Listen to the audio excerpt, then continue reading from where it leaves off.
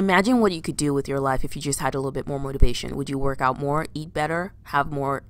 Wait, this is a PG-13 channel. Let's get into the mistakes. Mistake number 1, you don't understand the exercise continuum, or maybe you've never even heard of it and it's secretly sabotaging you and you have no idea. You just have this pattern where you start working out and then you stop. You start again and then you stop again, and eventually you start thinking there is something wrong with you, not knowing there is such a thing as the exercise continuum operating in the background and just making everything hard. In just a minute, I'm going to show you that continuum. Mistake number 2, you need too much variety. Hold on, I'm not about to tell you not to have variety in your life, but I'm going to tell you that variety means you have to think. And let's be honest, why would you think about exercise when you can literally be thinking about moist chocolate lava cake instead? I will tell you how to fix this so that you can eat your cake and still have it too. Pun was intended. Pun was definitely intended. Mistake number 3, you are doing workouts that require you to give 150%. So you do the ridiculously hard workout that one time, but then you can never motivate yourself to do it again, which is smart. Why would you do that again? That was insane. Okay, now that you know all the mistakes, let's talk about how to fix them. Mistake number 1 was that you do not understand the exercise continuum. This is what the exercise continuum looks like. It's divided into 3 parts. I will tell you what you should not be doing at each level of the continuum, because the reason you keep quitting is because you're doing the wrong thing in the wrong state. This first part is technically called health,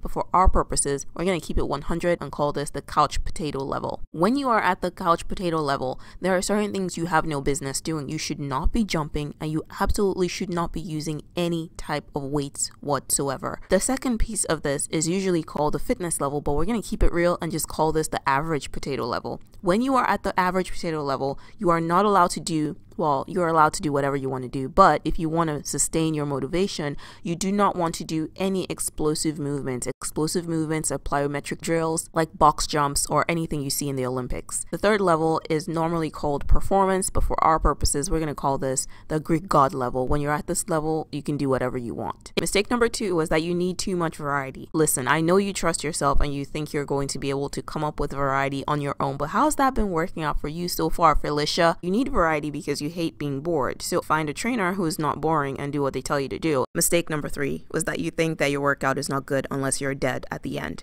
In other words, you think that intensity is the most important thing. This is wrong, especially if you're just getting started. There is something way more important than intensity, and that is sequence. Here's my sequence. I get my son in the morning, hand him to his dad, put on my gym clothes, turn on my workout schedule, and press play. There is no concern about going hard during the workout. The only thing that matters is that I do my sequence on the days that I'm scheduled to work out. That's winning. If you keep starting and stopping your workout routine, it's not because you lack motivation, it's because you had motivation but failed to develop a sequence. Even if you show up to your workout and all you do is one squat, it counts.